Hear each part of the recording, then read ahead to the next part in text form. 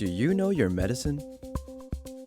Weed Maps and SC Laboratories bring you an educational series on the science of clean and safe cannabis. Today's cannabinoid profile is on Cannabinol. Cannabinol, or CBN, is another cannabinoid found in the cannabis plant, and it appears to result from a breakdown of THC, so it's considered a breakdown product. It's found in the plant in varying amounts.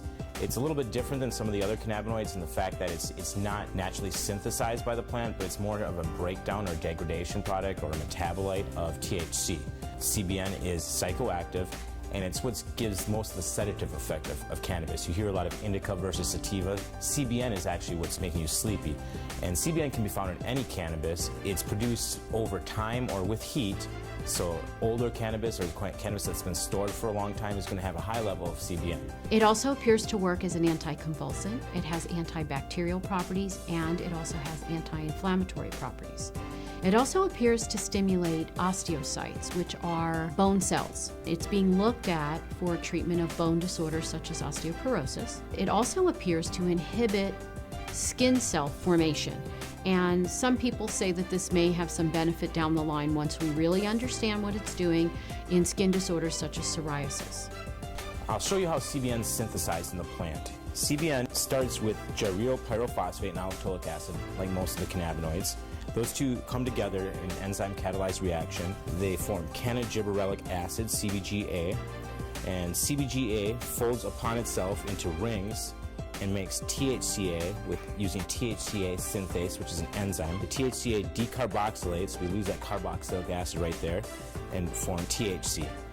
THC, over time or with heat, will degrade into CBN, and all that's happening is we're losing hydrogen atoms and forming double bonds in this ring right here. That causes a weaker interaction for this compound with the CB1 and CB2 receptors. That weak interaction is what leads to the sedative effect and the sleepiness, drowsiness associated with CBN. When cannabis is tested in a testing facility, CBN can be measured, and usually it's under 1%. A patient can actually look to see if that's something that they're interested in, a higher percent or lower percent, because it does cause sedation. SC Labs tests for CBN using a high-performance liquid chromatograph, also known as an HPLC. The HPLC is a much more sensitive instrument than the other instrument that's used to test for cannabinoids sometimes, called the GC, or gas chromatograph. We use the HPLC because it doesn't degrade any of these compounds like the GC. The GC uses heat, so it degrades some of these compounds, whereas the HPLC can test them in their natural state. The HPLC is what's accepted by International Union Office of Drugs and Crime, the Dutch Pharmacopoeia. The Dutch all have been using HPLC for quite a while now to test for these cannabinoids. What happens with the GC, so we've established that the CBN is formed by either heat or time. Same thing with the decarboxylation of this THC. At about 140 degrees Celsius, we start to see a conversion of THC to CBN. Well, the GCs must operate at much higher temperatures, so when you do a test with a GC for these cannabinoids, you're going to have a slightly lower CBD number, because the CBD with heat will actually can be converted to THC. With heat, the THC can then be converted to CBN. So what you're going to see is slightly lower CBD numbers. It's kind of a wash with THC. You might get a slightly lower number, and then with CBN, you're going to see a higher number than you would with HPLC testing.